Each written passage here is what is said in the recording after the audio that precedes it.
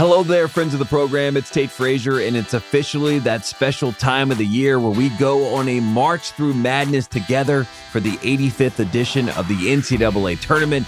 What makes March so special, you ask? Well, it's the unknown. It's the fact that this is basically Survivor on a basketball court on CBS without Jeff Probst. And no matter how much you prepare, you cannot predict this kind of chaos. And that is what we will be covering on this podcast, One Shining Podcast. All the madness, all the David versus Goliath personified. It's the best show in town. The ball is tipped, and here you are with us. Come listen and join us wherever you get your podcasts.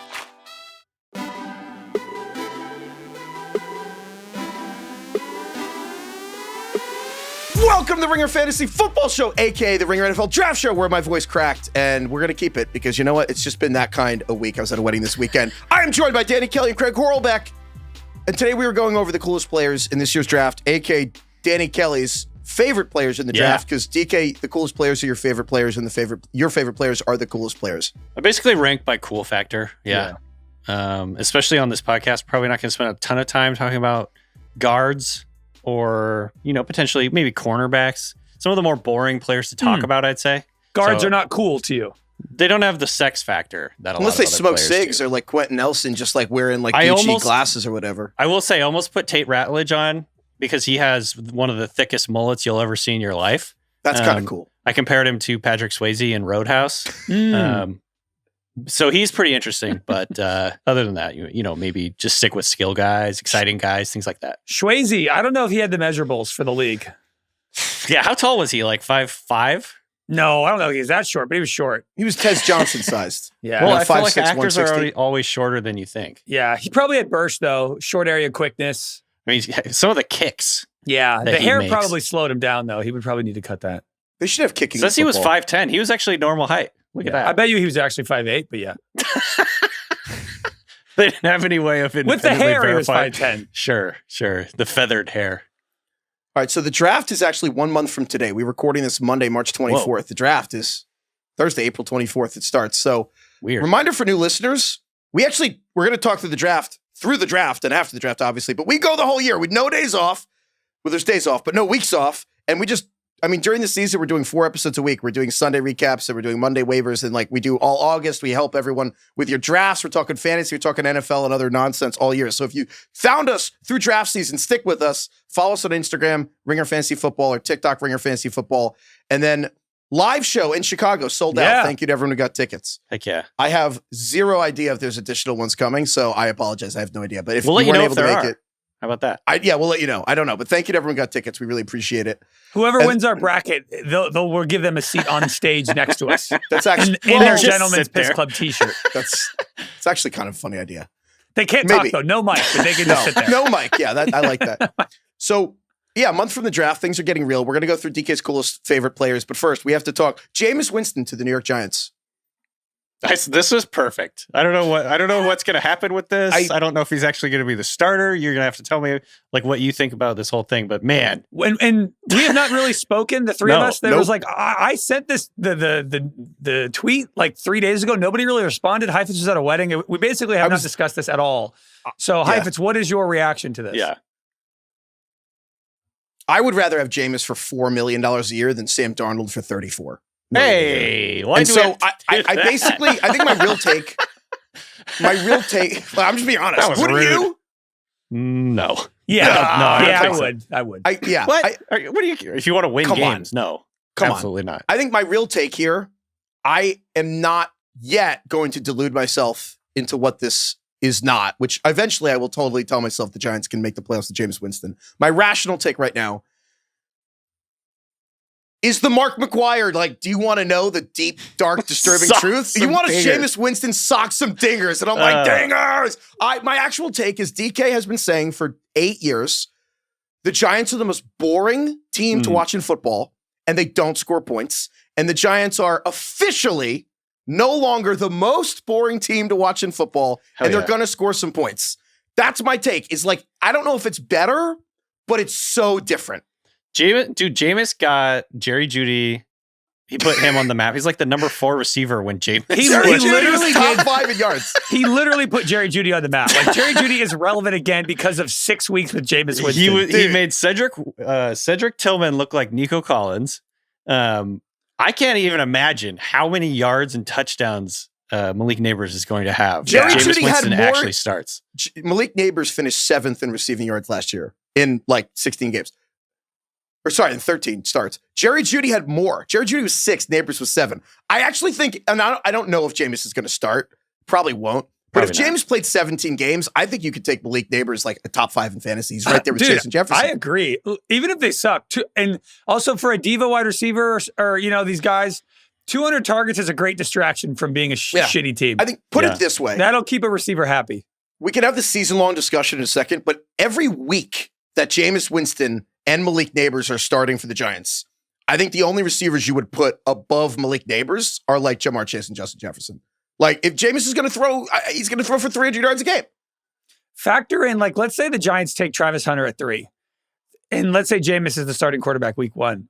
Bill always talks about the league pass teams, which is like the shitty teams that you kind of like watching. The Giants with Jameis Winston, Malik Neighbors, and Travis Hunter would honestly be kind of a top 5 NFL red zone team just because of the electricity that the 3 of those would bring. So 100%. Maybe it's a fun fit. I don't know if it's a good fit, but it's a fun fit. And everyone's making the joke that the Giants can take Travis Hunter now because he can catch the touchdowns from Jameis Winston, but also when Jameis throws a pick, Travis Hunter can go and get the ball back. It's perfect. Yeah. So I overall, the Giants are paying Malik Neighbors, Jameis Winston, $4 million a year. It's like 2 years, $8 million. It can go to 16 if he plays or whatever. It's backup quarterback money. Like, this is not to start. Yeah. I think overall they did this. Also, Carlos is producing it. I forgot Carlos and I were at media night for the Super Bowl. And I forgot we walked right by this as it was happening. Jameis Winston was for Fox, like interviewing Saquon. And he said, Saquon, where should I sign? And Saquon was like, New York. And Jameis is the only player that I would believe is like, I think that just stuck with him. He's the only player in the NFL. I'd be like, I think he just got that in his head from that thing. But I overall, I think the Giants did this because desperation and leverage, I guess is the simplest way to say it. I think it makes the Giants need Aaron Rodgers less. I think it makes the Giants need Russell Wilson less. I think it makes the Giants need to trade up with the Titans for Cam Ward less. I think it makes them need to trade up with the Browns for Shedeur Sanders less. They still might do all of those things.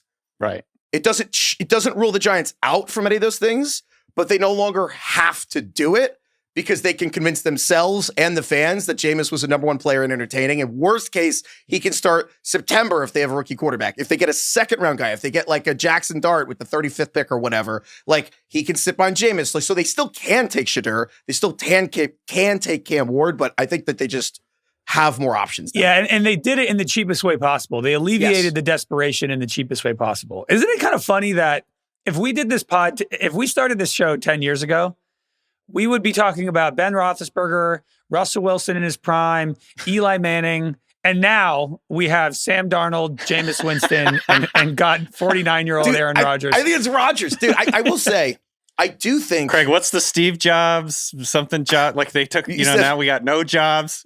We used to have Steve Jobs, Johnny Cash, and Bob Hope, and now we got no cash, no jobs, and no hope. Yeah, that's us. That's this fucking podcast. I will say, I'm a little disturbed how quickly I was like, yeah, this is the best signing anyone's made all offseason. Like, fandom's a disease. I'm looking at his career. I'm looking at his Pro Football Reference page. He had 5,100 yards, 33 touchdowns, and 30 picks in 2019. Legend. Can you Talk say about that again? The most unique season of all time. The 30 for 30 year? 30 for 30. It's like, you mentioned Barry Bonds or whatever, or Mark McGwire early on. It's like no one's gonna go into the 50-50 club after whatever. 30 for 30 and 30, that's never gonna be reached. It's just no so one would much ever of everything. play him for that long. It's like an all-you-can-eat sushi buffet. It's like a good deal, but then you also leave feeling like shit, but you're also satisfied because you got a great, you ate 100 pieces of sushi. I don't know who wins, but it's a fun time. It's a fun time out at the bar. Like the wedding I was at this weekend. Amazing time. Some of the best memories of my life. I just wanted to die at various points during the weekend. So I think there's no way he's not starting this year. Do you think if he plays, Dayball can kind of make it work? I feel like Jameis Jameis with Stefanski I feel like Stefanski, the Minnesota scheme he came from, Stefanski wants more of like a game manager type, and that's kind of the offense he runs. Dayball's in the business of like breaking in stallions, like Josh Allen in Buffalo. It's like he made Daniel Jones work. Can't throw. He's kind of better with the loose cannons, right? Like do you think he's actually a better fit with Jameis than Jameis was in Cleveland? I do in a lot of ways, because one, again, Josh Allen, I would say Josh Allen had some similarities to Jameis in Buffalo, and Brian Daboll was the coordinator in Buffalo. I think overall, I kind of thought this might happen just because Jameis has to go to an offensive head coach. He can't go play for Mike Tomlin. He can't. All the defensive coaches, they all care about turnovers, but the defensive coaches care way more about turnovers than the offensive ones. And so Jameis has to play for an offensive head coach. And so there's two kinds. There's like when Jameis was with Sean Payton in New Orleans, which I think did form him, where Sean Payton was like, we're going to just, it was, why am I forgetting? King of Queens, Kevin, what's his last name? Kevin James in Hitch. He was like, stay in the strike zone. And he just was like, we're going to take down 70% of what you do, Jameis, and you're going to like do Drew Brees cosplay, and that's it. And so Jameis was not Jameis, but he also didn't turn it over as much. Then Cleveland, it was kind of back to the Tampa Bay version of, you know what, Jameis? We want you to be you, and you're going to do podcasts, and you're going to just rip it. And you're going to have 497 yards and 4 touchdowns and 4 picks or whatever on Monday Night Football. And like, we're going to live and die by the sword. And I think that's what I'm curious to see what the Giants do. My gut is they're going to live and die by the sword. I don't think Brian Daboll, he's 31. I don't think they're going to change who he is. He is what he is. In all seriousness, I don't think this changes much for the Giants. I still think they kind of draft a quarterback in the first 3 picks. I would like Travis Hunter, but I think they take Shedeur Sanders. We'll see, and we could get into how this changes the draft. But overall, I do think this is a good signing. Like, at the end of the day, Jameis Winston is a top 35 quarterback in the NFL. He's $4 million. Like, how much is like Justin Tucker making this season? Maybe that's a bad example, but like, I don't know. That guy's making like $4 million. His kickers are making $4 billion. There are punters making almost this much. Like, if he can start, I will watch the football game and have fun. Yeah. I'm not going to be upset about it. He's like the cheapest quarterback that you could envision getting hot and beating any team in the league. Yeah. When the Giants play the Chiefs, I'm going to be like, yeah, we got it. We got a shot. I think just for some context of like what the difference is from what you're getting, what you've had the last couple of years compared to what you're getting in Jameis Winston. So the great example, the platonic ideal, not really the platonic ideal, but the best season that Daniel Jones had, the season that got him a big new contract and whatever kind of screwed up the Giants long term, he had 15 touchdowns throws in 16 games. Jameis had 13 in 7 games last year. Jameis, it's like he's just so different in every way to Daniel Jones. It's going to be hilarious. But yeah, it will be fun. At the very least, it'll be fun to watch offensively. Sometimes on the road to better, you just need something different. Don't let perfect get in the way of good. Don't let perfect get in the way of entertaining. I think that's kind of what we're doing. He might have the highest approval rating in the league for a quarterback that kind of objectively stinks. Yeah. And it's kind of controversial. Right, DK, there's layers there too. Yeah, there's a lot going on. So DK, how does this change your view of the draft? Because again, so teams that still need quarterbacks, and again, I think the Giants are now 2/3 needing a quarterback. At least unlike the Steelers, like they actually have some. Like the Giants have Jameis, the Steelers have Mason Rudolph. God. So you Cam have the Hayward Titans. said he would be fine going into the season with Mason Rudolph as his starter. Well, that's kind of so because Mike Tomlin would be fine with it, and that's kind of the Steelers' whole problem is Mike Tomlin would be fine with it. So the Titans have like no one at quarterback other than like Brandon Allen and Will Levis. The Browns still have like Deshaun Watson and now Kenny Pickett, and the Giants have Jameis Winston, and then the Steelers are there at 21 and have Mason Rudolph. So those are the 4 teams, the top 3 teams in the draft, bottom 3 teams in the NFL, and the Steelers are the teams that like still need the quarterbacks and musical chairs, and the chairs are Aaron Rodgers, Russell Wilson, Kirk Cousins via a trade, Shedeur Sanders, and Cam Ward. DK, how, gun to your head right now, what is the top 4 picks in this year's draft? Titans are going first. I think it's going to be Cam Ward to the Titans, Shedeur to the Browns, and Travis Hunter to the Giants. And Abdul Carter. And then Abdul Carter to the Patriots. That's sort of like the chalk top 4 right now, at least in terms of what people are expecting, sort of what is being whispered about. Obviously, things can change. There's a month till the draft, and I'm sure a million things will change. But right now, that's what everyone feels is pretty likely to happen. So I don't think it doesn't really change anything with the draft. I think the Giants maybe made this signing. The timing is kind of interesting from the point of view that like the week that I felt like everyone decided it was Cam Ward and Shedeur 1-2 is the week that the Giants decided to sign Jameis Winston. I don't know if that's a coincidence or if it's just, whatever, how the offseason goes. But if the Giants felt like, we're probably not going to get Shedeur, we're probably not going to get Cam, we got to get a guy who could, in reality, start for us this year. By the way, is Drew Lock still a free agent? What happened with that? I don't believe he's signed anywhere. He's not under contract with the Giants. I think he's a free agent still. I forgot about him. But no, he's dead to me. I mean, I think you could read. I think even though it's probably not what actually happened, you could read a little bit into the timing of the Jameis Winston signing. Well, also it happened around when Aaron Rodgers was reported to be in the Steelers building, and so he was visiting. Which I still don't know what's going on with that. Part of me doesn't know if Rodgers' conscious brain is deciding and subconsciously loves the attention. I wonder if he is waiting till after the draft because he's like, this is the last bit of juice he has to decide, and he doesn't want to get Kirk Cousins to where he'll sign somewhere. Right. And then if he signs with, say, I'm making shit up, Tennessee, and then they draft Cam Ward, that's the obvious one. But I think Rodgers maybe doesn't want to go to Pittsburgh, and then Pittsburgh trades up, or so I don't know, and they get Shedeur. But also Shedeur he just falls loves to Pittsburgh. Yeah, and Shedeur just goes to Pittsburgh at 21, and Rodgers is like, wait, am I going to get benched? So maybe he's waiting for that, and he wants the team to need him more than he needs them. Or maybe he just really loves this last bit of leverage he will hold over, perhaps that he's maximizing potentially his last bit of relevancy ever. Maybe it's all of the above. It's probably all of the above. Probably all the above. I don't love how desperate Pittsburgh seems in this whole situation. Every day you're reading yep, there's an offer out there. The Steelers are waiting by the phone every night for Aaron Rodgers to call. It's really weird. I kind of want to talk to more coach people in my life and ask, at what point does not having the veteran quarterback, start to bug you? Because no shit, Sherlock, having a veteran quarterback gives you an advantage under the season, but it's not just the experience, it's the timing. If you're getting a veteran quarterback on March 12th and you're getting a rookie quarterback on April 26th, that's 6 extra weeks where you're a veteran quarterback and you're getting all this, he's learning the playbook, he can fly the receivers out, you're getting stuff. I'm at some point you're losing months of prep, which is pretty annoying.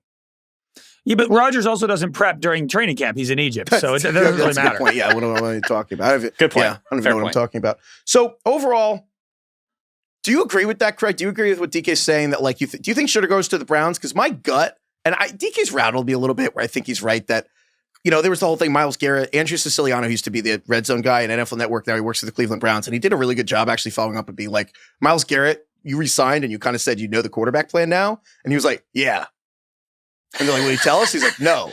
And so it's kind of did they tell him they take Shedeur? And so on one hand, I could see Myles Garrett being pretty satisfied about a trade up to number 1 with Cam Ward. I could see Myles Garrett being satisfied about sticking pat and taking Shedeur Sanders and the Deion Sanders experience. I could not see Myles Garrett being excited about Kirk Cousins, which is kind of what else is he going to be excited about? Aaron Rodgers?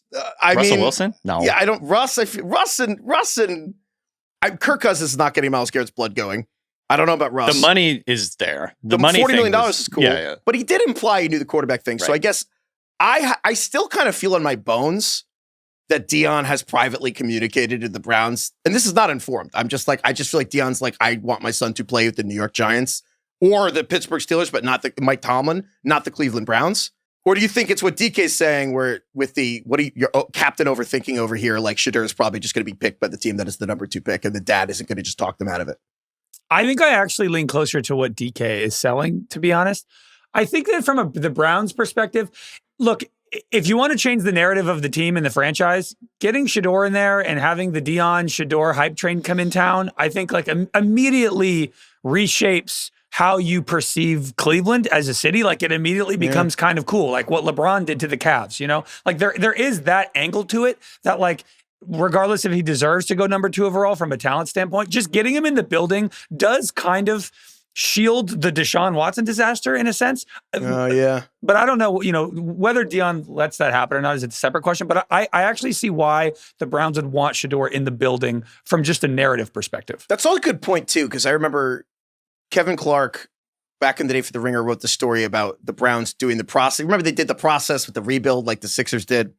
And the old GM, John Dorsey, who took over, he was kind of like the Colangelo of the Sixers. He took over in the middle after they were so bad. And he told Kevin that like they signed Jarvis Landry for like way too much money because when you're that shitty, you have to pay a tax for other free agents to like take you seriously as a team. You need a vet. That's like Odell is like laundering receiver reputation for the Ravens. Right. It's like if Chris Pratt's going to do the Electric State movie on Netflix, he's going to need $50 million to do it because he knows it's going to be terrible. Exactly the same thing. Yeah. Exactly the same thing. Yeah. And so I do think you're right that Deion is kind of like basically, if we're being honest, Shedeur either works out with Kevin Stefanski, but if you're ownership or GM, you're kind of like the worst thing that happens if this is a disaster. Deion Sanders comes and coaches the goddamn team, which is my fear for the Giants too. Is if the Giants take Shedeur and it doesn't work out, I think Deion's going to want to come coach his son, which is weird. Yeah, yeah. If I'm the Browns, like if I was running the Browns, if I was Andrew Berry, I would want Shedeur. I don't want Kirk Cousins, and I have 2 total Achilles tendons among my 2 quarterbacks that I'm paying $1 zillion to. I would want Shedeur and try to wash away all the shit that we've dealt with for the last 3 or 4 seasons and start fresh with this exciting new young player. Correct. Yeah. But like, you got to close that chapter, and Kirk Cousins ain't going to close it. I think, DK, you're right. That I still think at the end of the day, the Browns want a quarterback. Like, I just think that you're the number 2 pick. It's so rare to get up there. Right. And frankly, I think all 3 of these teams at the top are in the same or similar boat. The Giants are obviously like they're going to get fired if they don't have progress. I think the Browns are pretty close. I think Andrew Berry, the energy vampire, and Kevin Stefanski, the Browns coach, which is funny because he won Coach of the Year twice. But Jimmy Haslam, the owner there, is so volatile that like if they're bad again, I think they could lose. And then Titans, Brian Callahan. I know it's like his 2nd season, but I'm like, if you have the worst record in the NFL, I don't give a shit. Like you're in the hot seat in year 2. I heard McShay talking about this last week, I think, and he brought up some good points too about like why the Sanders family, why Deion would allow Shedeur to go to the Browns. Like in this theoretical world where the Browns were notched off the list of teams that he's allowing his son to go.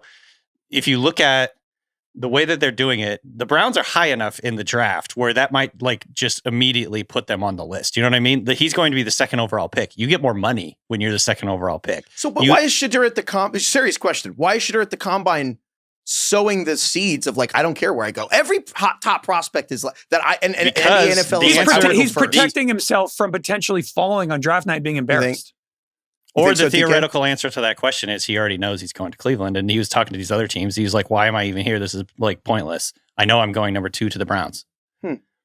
This is the draft. Like people are reading different tea leaves and trying to put it all together. Obviously none of this is set in stone or anything, but like putting together the Myles Garrett thing with some of the reports, and McShay was reporting this, like coming out of the combine, that he didn't seem like that interested in these teams, and putting all these different clues together, I think you can build an argument that the Browns have already told them that they're taking him, assuming he's there at 2.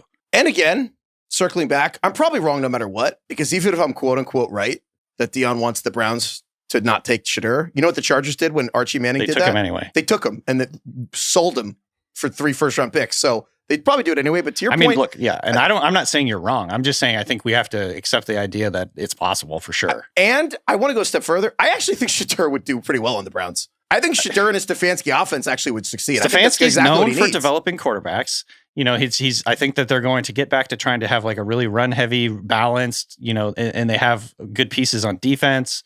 In theory, apart from the fact that it's the Browns, this is a pretty decent spot to land as a rookie quarterback, because of you have the potential to be like a good run game. You have a good quarterback developer. And Stefanski, who, like you said, he's won the Coach of the Year twice. Think about that. Like, that's kind of wild. And, you're landing in a situation where the coaching aligns with like the style that you want to play, the style that fits him well. I don't know. It could be worse, other than the fact that it's the Browns and they have this long history of fucking up the quarterback position. How do we feel that the biggest win of the Browns in my lifetime was when Kevin Stefanski was not there because he had COVID during the playoff game with the Steelers? Right. That's the only thing with him where I'm like, it's so weird to like get a sample size of like, the coach wasn't there, and it was like their best game ever. And he wasn't even allowed to like communicate with the coaches, right? No, which is a funny quirk of NFL rules. They have like such strict, kind of strict rules. You got to be in the building. The technology on the sidelines. They have like all these rules because teams try to cheat. So he he couldn't call anyone. He wasn't allowed to do anything. He just watching it home like a fan. So he just stayed at home and he watched his family was upstairs. He watched in the basement alone. He said he left his phone with his family and he just watched on the couch, which is like such a unique human experience. That would be the first question I ask him is what was that like? They should have had, in like Modern Family, that episode where they have Phil Dunphy on an iPad on like a little like robo stick driving around the kitchen. That's what they should have had. Kevin Stefanski on the sideline just as an iPad head. Yeah. Just standing there watching the game. The surrogate from Arrested Development. With like the camera on his head. That's going to be the no context for this episode. We should have a list of things of like, we actually really, all the people come through and do the boring interviews. We should have a list of ones we actually want to hear someone talk about. I want to get to now the DK's favorite players in the draft. And I have to tell you, if there's one thing I love about DK's draft coverage is like, I think DK understands more than a lot of people that like what a vibe is. Like DK understands what vibes translate from like DK, the first player he told me about 2 years ago was like, dude, this HN kid just gets the blood pumping. Fucking HN. Like you were like, HN's my favorite. You were like, I don't know if this is responsible to say publicly, but I think he's my favorite player I've ever watched. DK claims he doesn't know how advertising works, but he knows. He's a marketer at heart. He's selling sex here. So he knows what's good. Sex sells. So with that said, DK, we asked for your list of favorite guys, and honestly, it's literally just a copy paste of the coolest players in the draft. So we can start with the obvious names and some guys we talked about, and we're going to go into like, less obvious, but I bucketed my favorite players / the coolest players into a bunch of buckets. The first was the blue chippers, the AKA the obvious guys, the holy trinity of Travis Hunter from Colorado, Ashton Jeanty from Boise State, and Tet McMillan from Arizona. Only other thing I want to say, just Travis Hunter, who we've talked about a lot, but you know what? I don't care. He's like my favorite player ever. I just want to remind people he won the Heisman Trophy. And we almost haven't talked about this enough. Travis Hunter won the Biletnikoff Award for the most outstanding receiver in the country this season, and also won the Bednarik Award for the best defensive player in the country, which somehow doesn't get talked about enough. But he was named the best receiver and the best defensive player last year. And the other thing I want to say, Ashton Jeanty with Boise. That does not get talked about. You ever just think about that? Like, I don't know. I feel like I'm taking crazy pills. It's like if it's pretty freaking wild. Yeah. If the draft goes the way you guys say, if the Giants get to choose between Travis Hunter and Abdul Carter, I'm gonna be doing victory. I'm gonna be I'll be the most excited I've been about the Giants in years. Both are great players. Yeah. Ashton Jeanty, the running back at Boise State. I don't love him as much as a high draft pick just because there's so many running backs, but as a player, a one-of-one college experience, I think he was actually more of a phenomenon than even Saquon was at Penn State. But Heisman runner-up, and again, something we actually can say more. The second most rushing yards for any college football player ever in a season, literally 27 yards shy of Barry Sanders' single-season record at Oklahoma State, which is Ashton Jeanty. He had the bowl game, so it's a little, but still, second most ever in a season. And also the other one, DK, you said this to me earlier this season. The most rushing yards in college football this season, obviously, was Ashton Jeanty. The second most was Ashton Jeanty after contact. Had more than any individual player. That's the craziest stat. That's going to be like, Craig, what is it? The log line or what? Like, that's like something you got to put on every like elevator pitch piece of journal or piece of like media about this guy ever. More yards after contact than any other running back had, period, in college football. It's in a sport where everyone knew every week, we just got to stop this guy. No one could. DK, how do you feel about the criticism of he's playing in the Mountain West? Not playing against a lot of NFL players. I mean, that's valid. It's something that you have to include in the equation. But I think when you watch him play, everything that he does is so translatable to the NFL. The way he like jump cuts, the way he can bounce off contact. And I think maybe the reason he's not considered, or at least by some people, to be like in the same tier as like an Adrian Peterson or Saquon is I don't think he's quite as explosive as those guys were. Yeah. And that might be sort of where the Mountain West, opponents come into play. Where there's all these other greats like Saquon, Penn State, Bijan, Texas, Adrian Peterson went to Oklahoma. Like these are all guys in big power conferences. Right. Craig's so maybe like the defenders aren't quite as fast. Well, and that could be Craig's like a question mark. But wait. Craig's question gave me an ick about Ashton Jeanty. Okay, I'm gonna just teleport you to the future, and I'm coming back, and I'm like, bad news, DK. I'm not. Ashton Jeanty is halfway between Kyle Pitts and Brock Bowers. He is not a bust. He's not incredible. He's just fine. Like a really good. He's the fourth best running back in this class, and fourth best in his class. In this class, yeah. Oh wow. Like he's okay. It's not like Kyle Pitts where you're like, oh my god, like this. I hate this guy. He just is fine. And then we go back and we reassess, and we're like, well, the running back after Ashton Jeanty wasn't incredible, but he was actually really good and also led the league in rushing. And what if maybe, kind of like March Madness, which is 1 year, you never know a trend. The mid-majors were trade of talent, NIL. It's actually more dispersed at the top. It's like the top guys can't bury talent. What if it actually turns out, much like Dalton Kincaid at Utah, perhaps over-indexed on horrible defenses in the Pac-12 that made him look better by comparison. Maybe none of these guys Ashton Jeanty played could tackle. I don't think that's true, but it did occur to me that, as Craig said, does make you pump the brakes just a little. Does it scare you that these guys, San Diego State held Ashton Jeanty to under 4 yards per carry? Does that scare you? Well, that's the counter I was going to come up with for defending Jeanty is like he was the guy that defenses had to like key in on this one guy, and he still fucking produced like insane numbers. The log line, in addition to the contact thing, is just someone tweeted this. I can't find it. Every time someone tackles Ashton Jeanty, tries to, they look like they got electrocuted. And like, I actually think contact balance is as good of a translation as anything. So those are the obvious guys. Was that us talking about BattleBot Minotaur? Maybe I can't. That was one of the reasons I think you compared him to Minotaur was the electrocution thing. This one I actually think should go up with blue chippers. The other person you said was Tyler Warren for Penn State, who we've talked about a lot. Yeah. 95 overall in college football, 25. Which part of me is wondering if Rick Johnson just sorted by overalls. Would that be a good board? Yeah. Tyler Warren, you don't think he's a blue chipper, the Penn State tight end? I mean, I guess he is. Well, stick to your take, DK. Don't let him bully you. If he's not a blue chipper, he's not a blue chipper. Give me your categories. Literally, the process here was like I threw out some names, and Craig was like, "I don't know if we've talked about Tyler Warren enough. Let's keep him. Let's talk about him." So the original three guys were going to be Hunter, Jeanty, McMillan. We've already talked about them a lot. We ended up talking about them a lot anyway. So that's what happens. But I wanted to talk about Warren a little bit more. I think he is considered a blue chip player because, unlike a lot of tight ends coming out of the game, out of college right now, it's like he can block. He has the size, physicality, the want to block in line. So he could, in theory, become a true wide tight end at the next level. He's getting some Kittle comps. I don't know if I necessarily go that high in terms of like what I'd be comparing him to. But man, this guy's a lot of fun, and I think he has a chance. And this is where I categorized him. The immediately going to be household names in the NFL category here. And I think Tyler Warren is at the top of that list. I think we're going to see him immediately wherever he lands. He's going to be someone that is utilized in the offense a lot.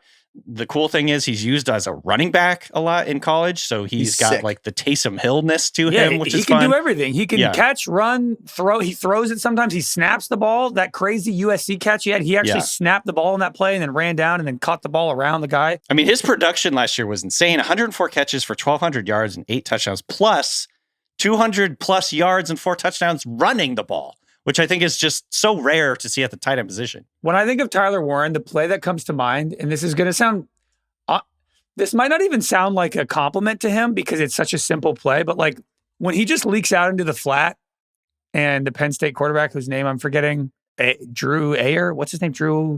Aller. When like nothing's open, he'll just turn and hit Tyler Warren, who's just like kind of standing there in the flat. And he has like 10 yards to go and there's 3 guys in front of him. And he just bowls over all 3 and gets the first down and falls down. It's just like he catches the ball standing still, turns and looks, and he has 8 yards to go and there's 2 guys in front of him. And every time he gets the first down. And that's where Lance Zierlein at NFL Network had the comp I'm jealous of that he's like Jeremy Shockey with the hair and everything. And like that's the Shockey vibe. And again, he had the most catches in the game for tight end in the FBS in like 40 years. The other thing I saw, the NFL Combine site's amazing now. Shout out Mike Band and Keegan Abdu who like built that thing out. And they have like production score going back for like 20 years. And they have like a bunch of way better stats now. But they have production score back to like 2003.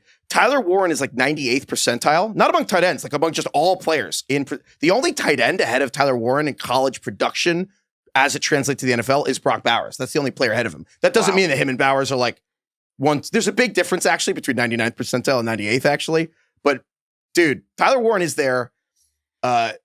There's the production, the play style, the size. He's 6'6", 260. He's huge. He genuinely looks very tall out there. Like a lot of these good tight ends, like, Sam Laporta is like 6'2", 6'3". Tyler Warren genuinely looks like the tallest guy on an offense. Yeah. And this is why I compared. This is where I came up with my comp. It's like if they're zeroing in on the huddle, his head's like out of the screen. There's something about his legs. So big. He has like kind of skinnier, long legs. He just looks very large out there. Yeah, he's just larger than life.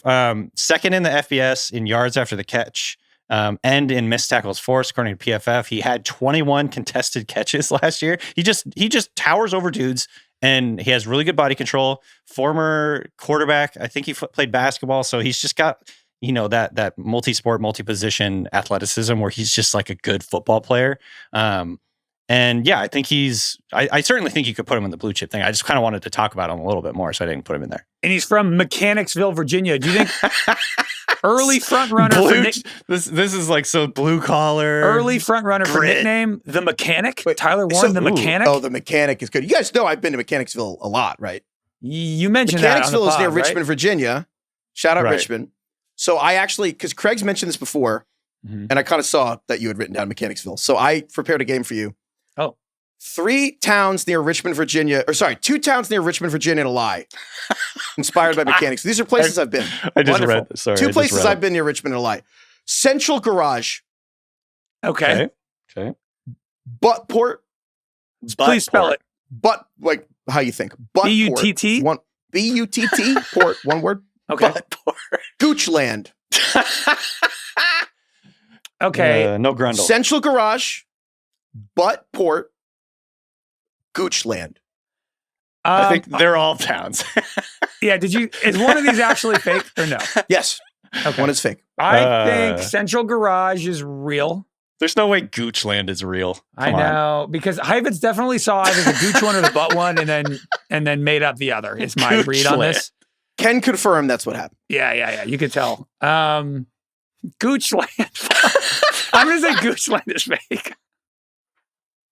Same. Goochland is real. Oh, damn it! I've been to Goochland. No way. Goochland is Justin real? Verlander is from Goochland, Virginia. What? Goochland. Justin Verlander is from Goochland. I said Goochland. Goochland? If I said Goochland, everyone yelling at me from Richmond, hold up.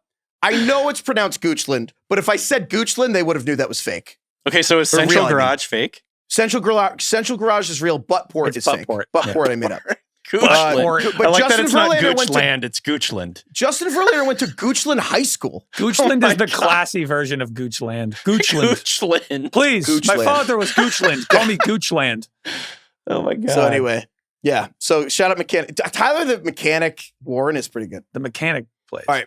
DK, who are the other, the way you described it, immediately going to be household name guys? Yeah, the other 2 guys I think that you could put in this category, TreVeyon Henderson, the running back from Ohio State. Good chance he's a first rounder.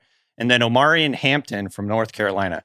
I feel like there is a thing in the draft intelligentsia where you're supposed to pick between these 2. I'm supposed to have a favorite. I like them both. I like them both exactly the same, and I'm going to put them right next to each other. You don't discriminate. You're a polyamorous They're both scouter. Awesome. They're both very different, by the way, too. Like everywhere I see it, it's like you have to like have a favorite or whatever. Omarion Hampton, I think, is everybody's favorite right now, other than Jeanty. But I'm like, dude, TreVeyon Henderson is so fucking good too. We just got to keep TreVeyon Henderson in the conversation. That's all, because I think Hampton has taken over as the clear cut RB2 in this class. He definitely has. I feel like he's inching closer to Jeanty than he is to the next guy below him. Exactly. So this is where I get on my soapbox. I'm like, TreVeyon Henderson is really good too. I also very much like Omarion Hampton. But let's start with Henderson, because I think they're very different styles of players. They're basically like Henderson. Let's just put it this way, because these are the 2 guys that are sort of at the top of the game right now. The Detroit running backs, Gibbs and Montgomery. Stylistically, TreVeyon Henderson is Gibbs. Omarion Hampton is Montgomery. Hampton's like a 3-down back, a bruiser, just breaks a ton of tackles, can have a ton of volume. Just a really, really good all-around player, a guy that can carry, a ton of volume for your offense. Whereas Henderson is more of like a complementary back, and that's not necessarily like a bad thing. He's very explosive. He's got a ton of juice as a runner. He has great vision, acceleration, and a ton of passing game value. He's really good as a pass protector. I think coaches are going to trust him immediately to go in there on 3rd down and like do his job. There's so many examples of him just picking up guys as blitzers and like protecting the quarterback. Everything I've heard about him, he's like the best guy ever. Yeah. People love him. He's a team captain. He came back for that outstanding. So Michigan brought all the guys back for that title run. Blake Corum went back to school. Ohio State brought all the guys back and then kind of dipped into free agency with NIL and brought in Quinshon Judkins. And they called Henderson before. And they were like, hey, we know you just paid you to come back and be the guy, but like, do you mind if we bring in another running back? A lot of guys would be mad. Henderson was like, I want to win a title. And like, that matters when you're in the NFL. And like think about the Montgomery Gibbs thing. It's like Sonic and Knuckles. Like, they spend time together. Like, there's a relationship. It's not a competitive thing, which you get sometimes where they don't want to share trade secrets. Roethlisberger's of the world. Roger, like the Roethlisberger way, doesn't want to help a backup quarterback. Like, you want guys like that. Henderson was a captain. And like the other thing he has, like Gibbs, that I think you're right about, DK, is that what was the knock on Gibbs coming to college? Can he run between the tackles? I think that's the question with Henderson. You know who's like getting way better at running between the tackles is Jahmyr Gibbs. I think if Henderson learns that, he's like a 3-down back. Well, and he was that in early on in his career. Like he had I think he was a sophomore or a freshman. He had a ton of volume and put up incredible numbers. And then as his career went on, they realized, I think he's just better a little bit when they have sort of a 1-2 punch in their offense. And that was why they went and brought in Judkins. And so, yeah, I think he's just a really good football player. I'm really excited to see where he lands. I think if the team that he lands with, if they utilize him in the passing game, they're going to immediately get a really, explosive contributor in the passing game as well. I just think he's one of those backs. He's extremely trustworthy. And again, don't lose sight of the fact he's really explosive too. So I just like him a lot. So that's TreVeyon Henderson for Ohio State. Now, Omarion Hampton at UNC. Yeah. We're at NFLDraft.TheRinger.com. DK has his draft guide. I'll have team needs coming soon, like within a couple weeks. And DK, your shades of your comparison for Omarion Hampton is one of those motorcycle drag racer things. You ever watched the motorcycle drag racing? I have not really, but I've seen highlights of it. I don't actually know what you're talking about. That's how I feel about Omarion Hampton. I haven't really seen it, but I've seen highlights. You know the motorcycles that have like the big thing on the back to make sure you don't like completely just like flip over backwards when you hit the gas? Is that what it's for? Oh, yeah, I do. I think. I don't know. Anyway, the bottom line is he has insane acceleration. When I watch those races, I'm like, the acceleration's incredible. And I think when you watch Hampton, the first thing that comes to my mind is just incredible accelerator where he can literally just be stopped. Like maybe there's 4 or 5 guys in front of him. You know, he's kind of caught in a jumble. The blocking didn't really hold up and then he stops. But then when he hits the gas, it is unreal. Like the type of acceleration that he has to run away from defenders, make them miss. There's been so many times on his tape where you're thinking, oh, he got bottled up, about ready to flip to the next play. And then all of a sudden he like squirts out of the group of people. He's just like still going. There's so many of those plays where he just second effort. And like I said, acceleration, tackle breaking. He's like the perfect body type to be a lead runner in the NFL, like really compact, really muscular, huge legs. So he's a really, really exciting prospect as well. I like both of these guys a ton. I think Hampton's probably at this point going to get picked earlier. He may get more volume early in his career. But yeah, he has just like that nitrous oxide accelerator juice that I really love in a running back. I found myself kind of falling in love with Omarion Hampton the more I like watch him. He kind of just always runs like he's falling forward. Like he can't be hit backwards. He's just like a straight line, one cut runner, but he is always like knocking dudes on their ass. He kind of reminds me of Jonathan Taylor. It's like he almost doesn't have the best vision. He kind of just runs into dudes and bounces off of them. Right. I can see that. I found myself turning into John Gruden watching him a little bit. I was like, my head was kind of starting to nod back and forth and my eyes were widening and I was like, man, playing. I do really like this guy. He's also good as a receiver. I would be very into him on my football team. I hope the Steelers draft him. The other cool thing, so on that note, is I think RFK Jr. was a huge fan of Omarion Hampton. Can we play the clip of RFK Jr. scouting Omarion Hampton earlier this week? I don't know if people heard this. Hold on. It's going to take a drink. It's allergy season, so I kind of got a sore throat. It should make it better. That's true. Omarion Hampton out of North Carolina. Underrated receiver. Explosive player. A one-cut runner, parentheses, complimentary. God. It's just painful to listen to. It's horrific. It's absolutely spine-tingling. People say he's compared to Joe Mixon, but I actually don't like that comp. I think he's faster than Mixon. All right, that was I regret playing the clip. Thank you, Craig. Also, just one fumble. I do respect that RFK's in the lab, though. RFK is grinding tape these days. Well, he's not in the lab. He's certainly not in the lab. I think we can rule out. He's never spent a moment in a fucking lab. He's in his own lab. He has a lab in his basement. He's doing his own fucking research. Yeah, he is. 95 overall in college football, 25 for Omarion Hampton. Kind of left it out. 95 acceleration. I like that you're including that. That's fun. Look, DK's out here watching tape. I'm playing with Omarion Hampton in the game. I'm like, yeah, this guy accelerates really well. You still playing that? Is that game still popular, or was that a flash in the pan? No, it was sick. I basically, it's some of the diehard, like, look, you're never going to please people. You put out a Star Wars movie, you're never going to please, like, the most crazy people. Some people, like, one, begging for 10 years for the game, you get it. People complain. For the most part, I think it's exactly what people wanted, which is a representative and addicting revival. And like, there's a lot of features they still need to add. Realistically, there was only so much they could do. I think they did a great job. I'll admit, I'm not a diehard of how it was in the day. As someone who just wanted to play it, I actually had a great time. It got me back into video games. Like the only games I played was like, I played Breath of the Wild with Jackie. I Red Dead Redemption. I don't play like a ton of games, but I got addicted to the recruiting. Not going to lie, it was pretty incredible. Shout out North Texas Mean Green. Took him to the Natty. One last thing on Hampton. Please. You mentioned yards after contact for Jeanty. Number 2 in the college football was Hampton, 1,222 yards after contact. Dude, Hampton's fucking good. He's also big. He's like 6 feet, 220. He is a unit, a battering ram. We should put him on the list. Unit. There are certain guys we're talking about, like, we have to just move up a round or 3 in fantasy sometimes because we're like, I kind of want to just spend like 30 hours watching this guy. Dude, he's got Saquon thighs. Watch him at the combine in his like spandex shorts. Those things are tree trunks. Well, now that the Eagles signed AJ Dillon, they just like the quad mass. If the Eagles take Hampton, I'm going to be upset. You're going to be upset. Do not let them get him. The DK, what's your next group of like cool players? Your coolest favorite players in the draft? This was a group called the Tweeners and complimentary version of the Tweeners, because I think a lot of times players will get labeled as a tweener and that is a negative connotation. But I've got 3 guys on this list: Jalon Walker from Georgia, Jihaad Campbell from Alabama, and Josaiah Stewart from Michigan.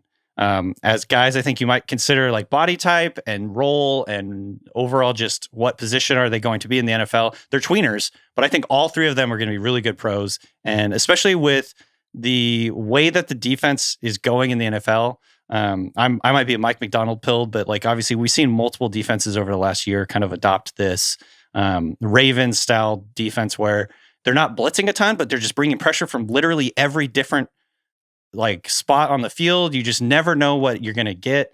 You have to have guys that are versatile that can play a number of different roles, so you don't have to like sub in and out all the time. I think that kind of is in my mind when I think about these guys as tweeners, but in a good way. So yeah. When you say tweeners, so just to give people an example of what it means, because I think I have trouble wrapping my mind around this too.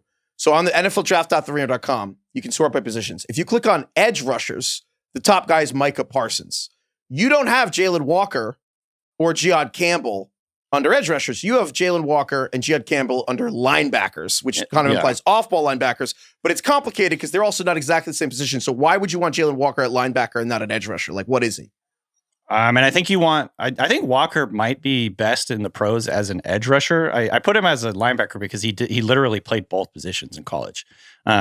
He's 6'2", 245. So I think some people are not sure whether he can really play edge full time in the pros or if that's maybe the best use. And this is Jalon Walker. Jalon Walker from Georgia. And it's confused because there's a TreVeyon Walker went number 1 out of Georgia. There's a Jalen Carter from Georgia.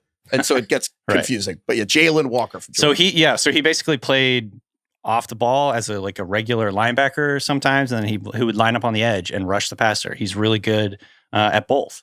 And, I think the thing with him is extremely explosive athlete.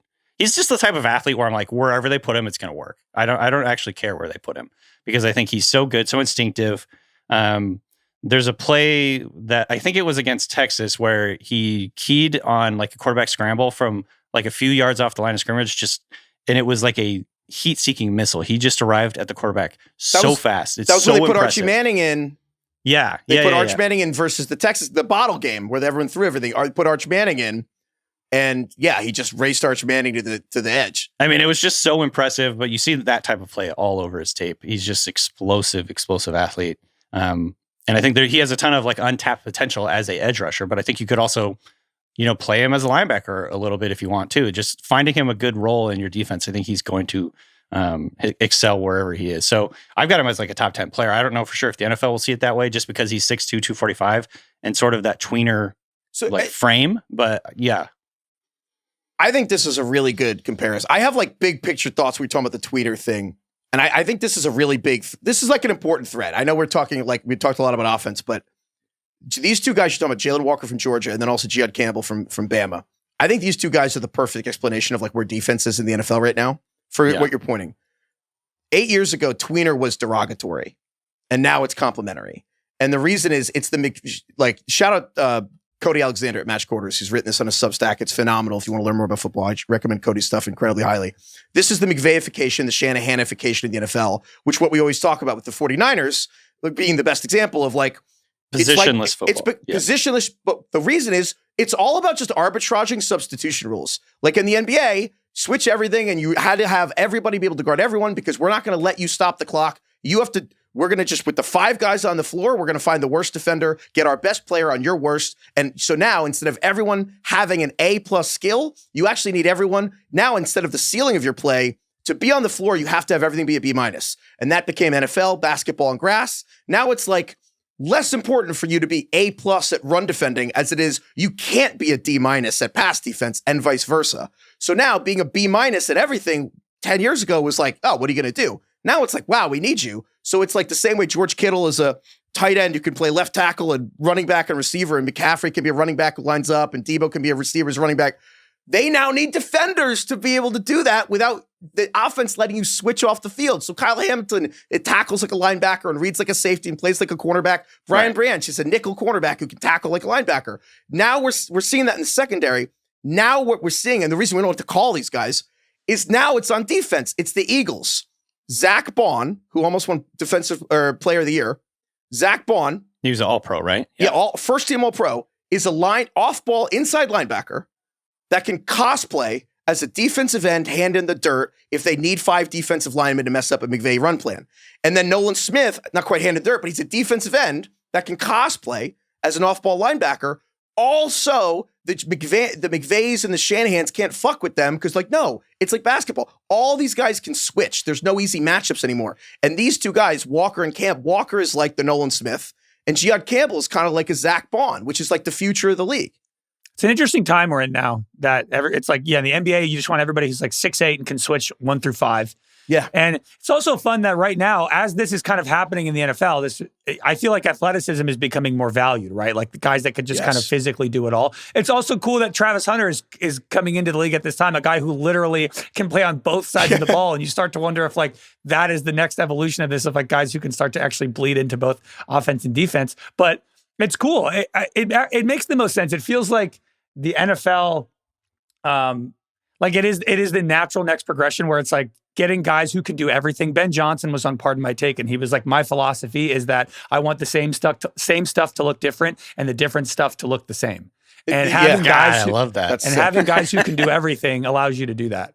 That's like that's a cooler version of what McVay calls it, the illusion of complexity. Yeah. Which is just like core simple principles. Well, that's how McDonald explains his defense too, the illusion of complexity. And that's why they call him the Sean McVay defense for McDonald, is because they're like, yeah, we're not running that much stuff, but you don't really know who's going to do what. But like on our end, it's actually not as complicated as it looks. From an offensive point of view, the same stuff looks different is basically you're running the same concepts, the same quote unquote plays, but from different formations, different personnel groups, or different looks, basically just so the defense can't predict what's happening. You're running the exact same concept.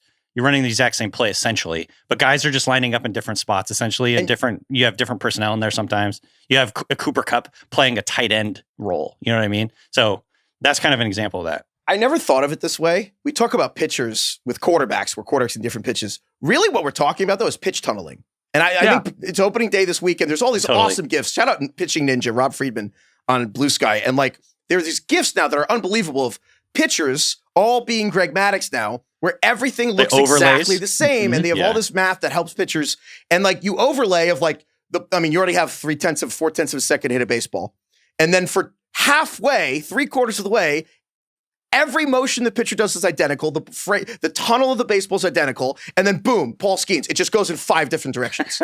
So you actually have like 0.1 second to figure out one of the 4 directions. So you can't hit it. That's kind of what defense is. And that's what Shanahan and McVay did to offense. It all looks the same. Break. And then now defense is coming back with it. But to do that, you need tweeners. You need guys that can do different things, right?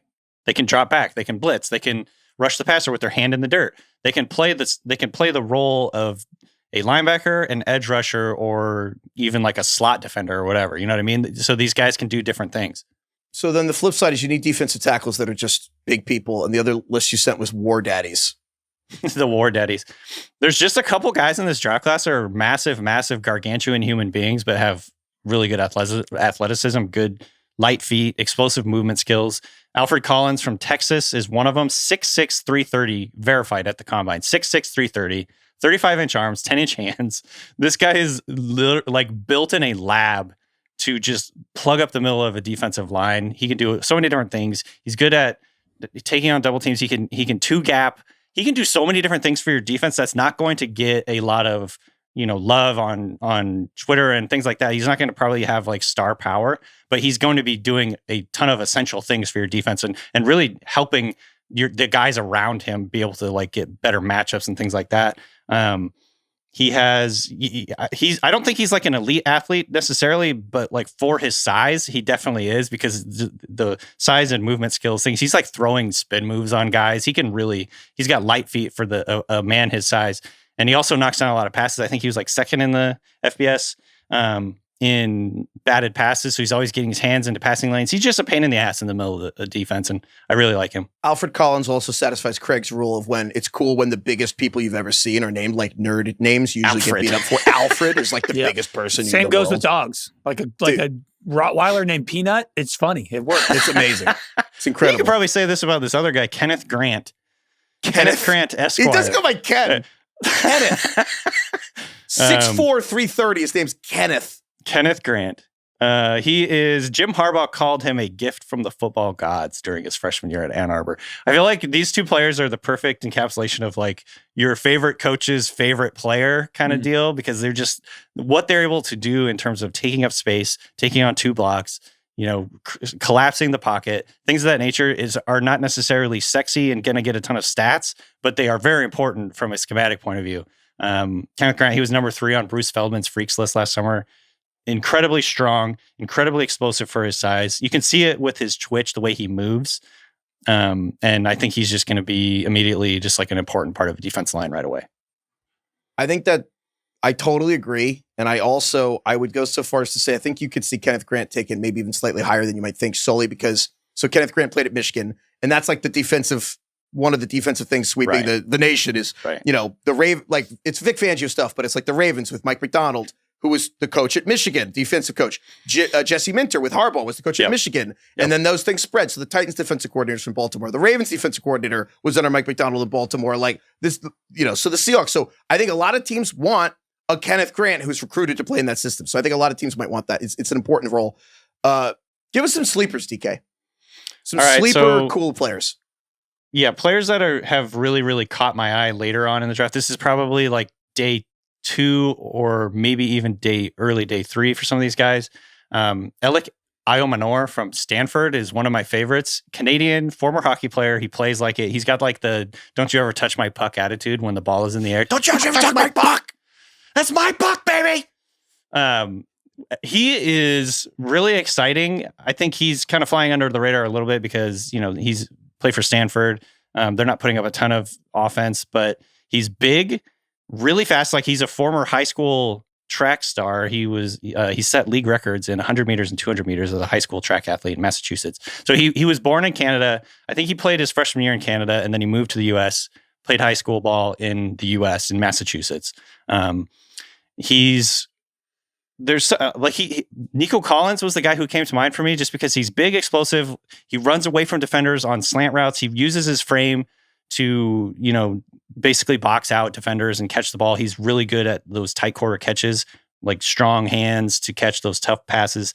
And then just runaway speed if he gets a little bit of room.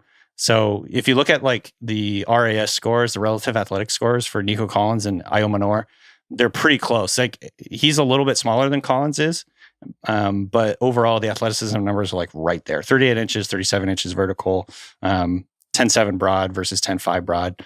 So he reminds me that there's also a little bit of like a DK Metcalf vibe to me, where I think he's still going to have to develop a little bit a more complete route tree as a route runner, and just get a little bit more, just expert at running routes and separating and getting open and all the really difficult things about route running. There's some of that, but I think he's just so big and fast and strong that it can work in the meantime until he does develop.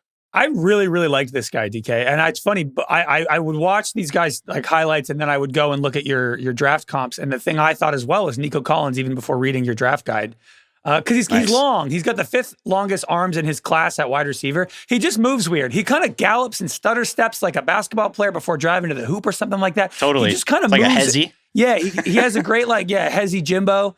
But I really I like this guy a lot. And Ayomanor, I think is how or that's how the people in the game. That's how Gus Johnson was pronouncing his last name. Ayomanor, okay. He was going, mind yo manners. And it was when... Move him up the ranks. Because he had a crazy catch this year. Stanford played Colorado, and Ayomanor had, in overtime, a catch over Travis Hunter where he pinned the ball to the back of Travis Hunter's back into the end zone and came down with the ball. I think that was 2 years ago. 2023. 2 years ago, yeah. He had like a ridiculous game. That was one of the craziest games I've ever seen. I want to say he had 13 catches for 294 yards in that game. And that was like against Travis Hunter a lot. Did he have a catch in the first half? Wasn't all of it in the second half? Oh, I don't know. Insane. I also just I want a guy who played hockey growing up in Canada as a receiver on my team. Like there's just a level of toughness there that I just want. Next up, we got RJ Harvey, running back out of UCF.